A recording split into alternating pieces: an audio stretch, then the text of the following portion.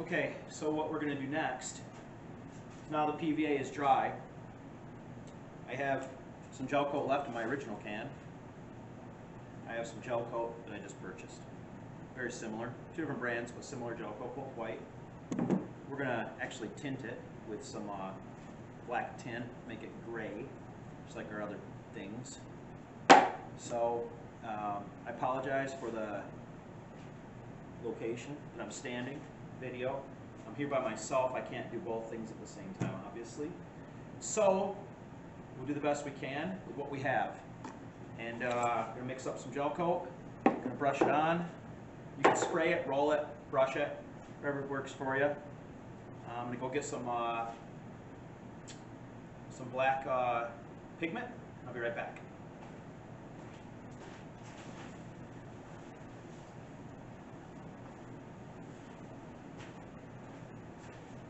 Okay, this is black pigment dispersion. Safety first. You don't really want to get this stuff on your skin too often if you don't have to. I like nitrile gloves. I don't know what most people like. Latex works, nitrile works. I get the 5mm Harbor Freight. It's not a plug for them, it's not an ad for them. It's just that they have cheap gloves that work pretty okay. So that's what I do. Gel coat, mix it just like resin. This is polyester, by the way. It's not epoxy based. You mix it 2% roughly.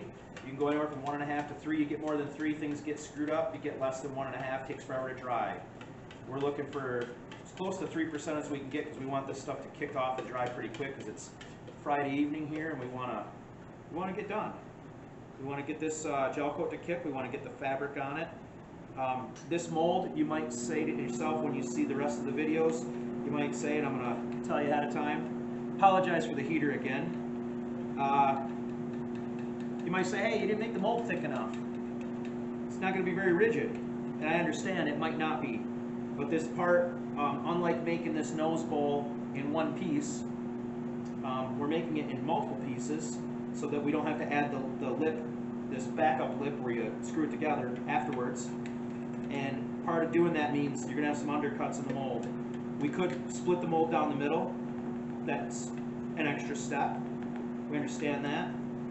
But we're experimenting and we're hopeful that we make this mold come off pretty easy, and we'll make it a little bit flexible on the edges, and then after we have it made, we can always go back and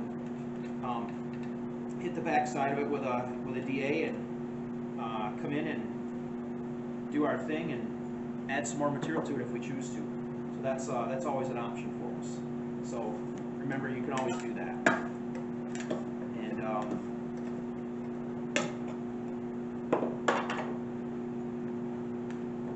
another note, never stick your stirring stick after you've mixed the gel coat back in a fresh can of gel coat. It will kick it, it will harden it. You don't want that. This mixing stick has not had any hardener touching it yet. So we're going to shoot for a few ounces here. Try for, go for 4 and see how that goes. See if we can get a coat on with 4 ounces. Maybe not. Maybe not. We'll see.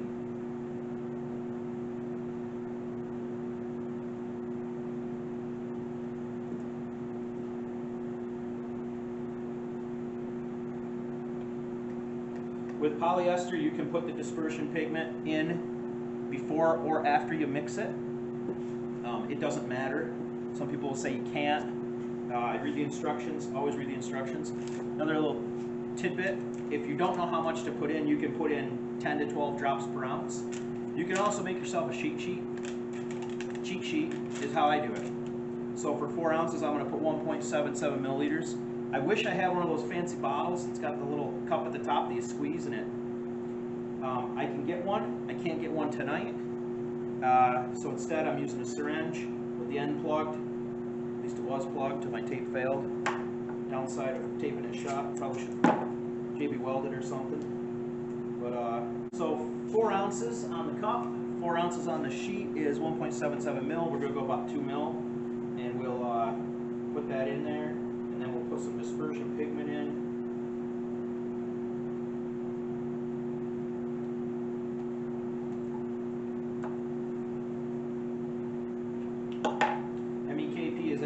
doesn't matter where it comes from.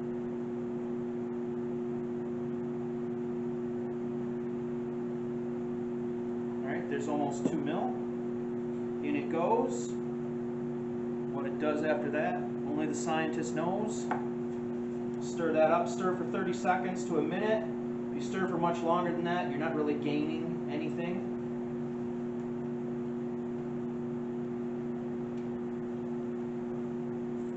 Dispersion pigment coming next. I know you're going to say I didn't stir for 30 seconds. I will when I put the dispersion pigment in.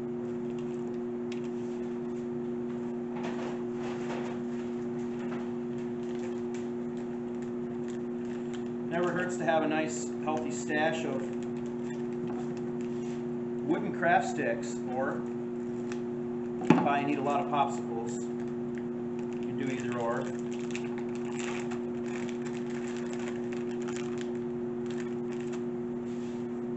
The dispersion pigment, it actually works pretty well. I'll put a fairly healthy dose of black in here, but it works pretty well to change color. It's you don't want to get it on yourself. It takes forever to get off.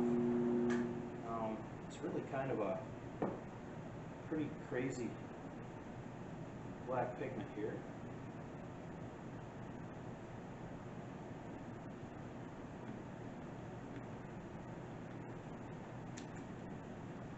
So I had white gel coat. I put some black pigment in it. See my stick here. Throw that away. As I stir this up, I don't know if we could see this in the camera or not. As I stir this up, it'll turn. There you go. Pretty dark, medium to dark gray. Try and stir it all up. Don't want any white streaks or black streaks in it, if possible. It might happen. You never know. And the second batch of gel coat, when I put it on, or if I have to make another batch for this first coat, it will not match. I guarantee it. It'll be different in color. Don't care.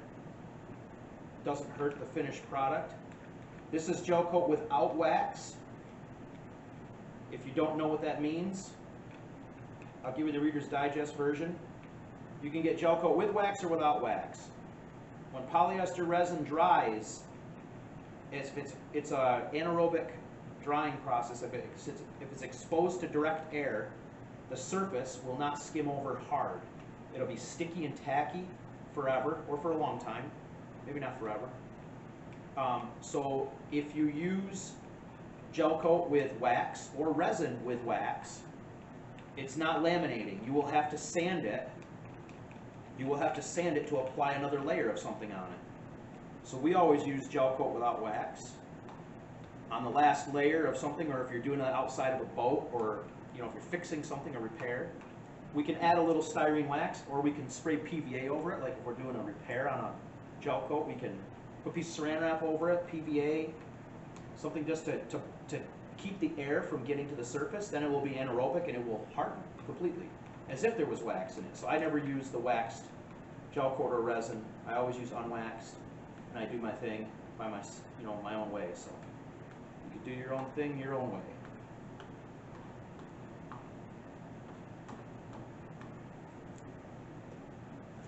Okay, just going to apply the gel coat directly to the surface with this 2-inch brush. I'm going to be fairly liberal, and I'm going to spread it out. I'm going to be a little bit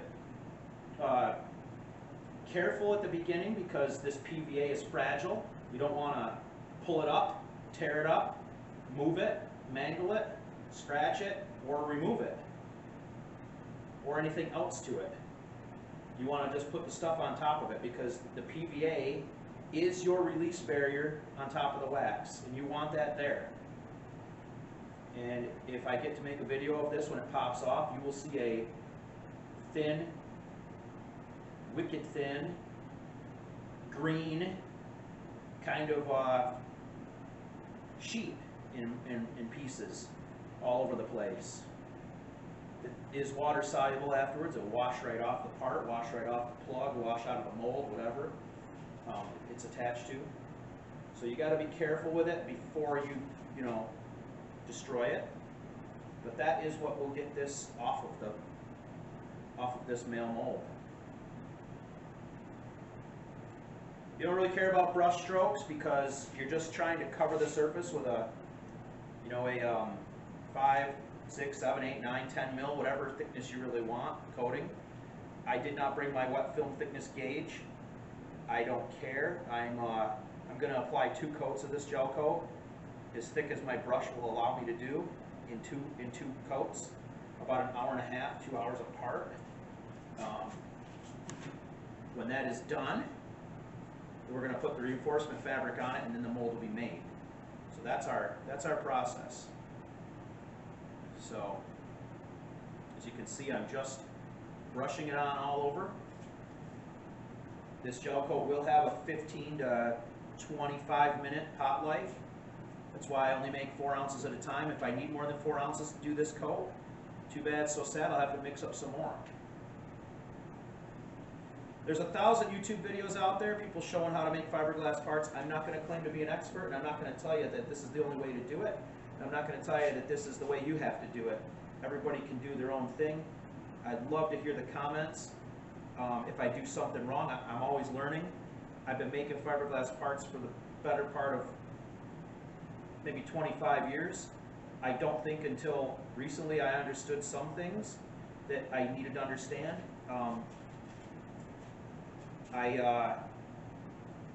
know I could be vacuum bagging my parts. I don't, especially if they're one-off parts.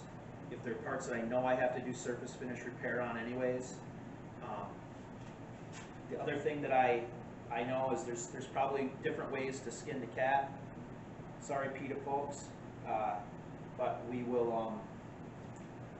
We're not actually going to skin a cat. Might just chase one around the living room. But there are different ways to do everything.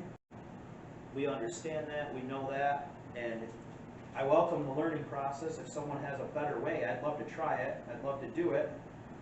And so in the comments, please let me know. We're always learning something.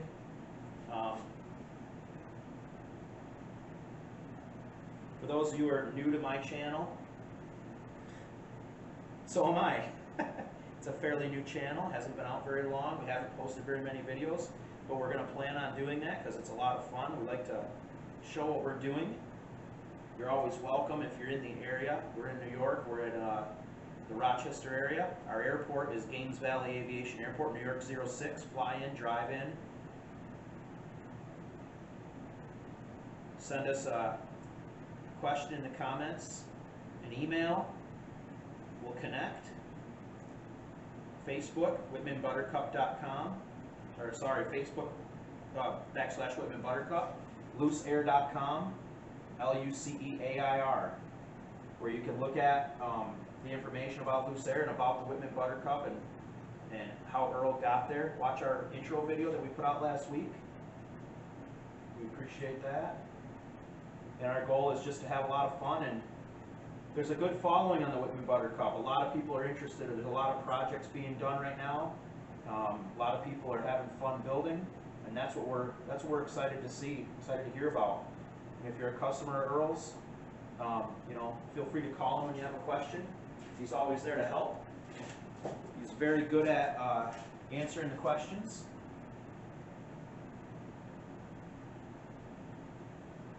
Turn my camera a tiny bit here.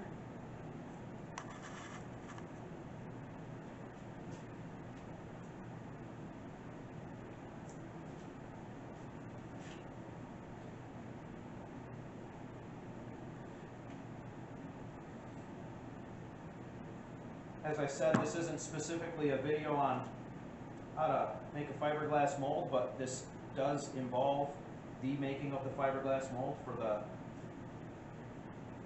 new and improved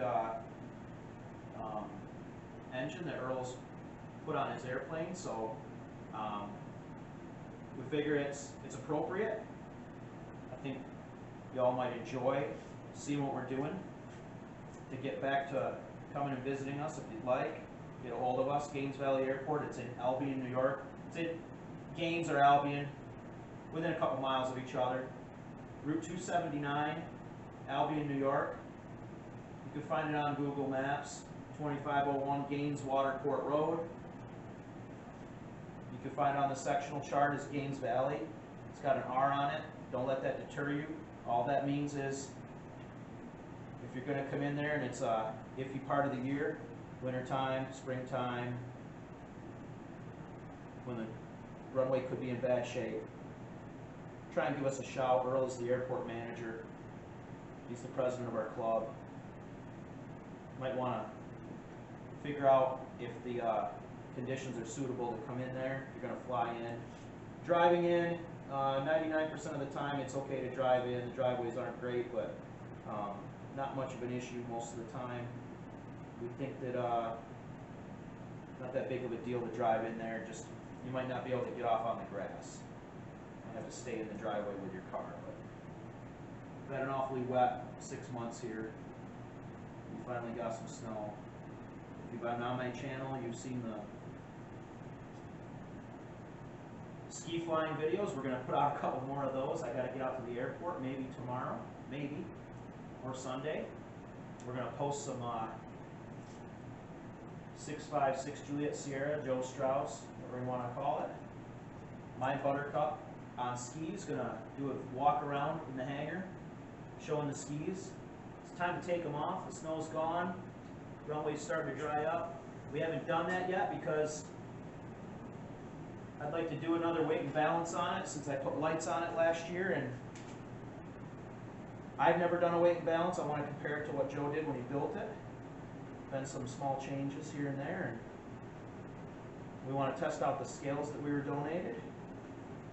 So we can do that. We haven't got that far yet.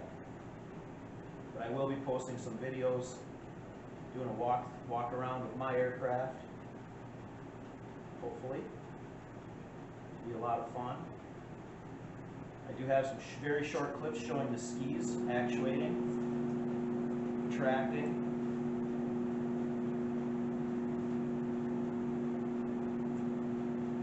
So 4 ounces looks like it covered it. I'm just going to use up what I have left. A couple of places here. Smooth it out. Looks like it's starting to flash over where I've brushed it on already. It's a good sign.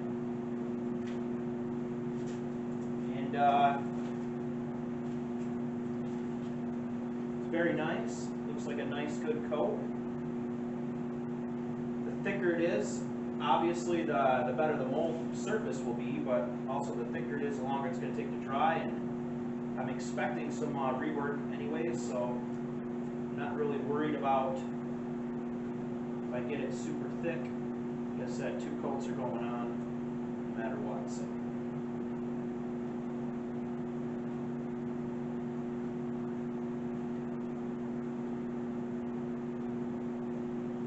Apologize again for the heater noise.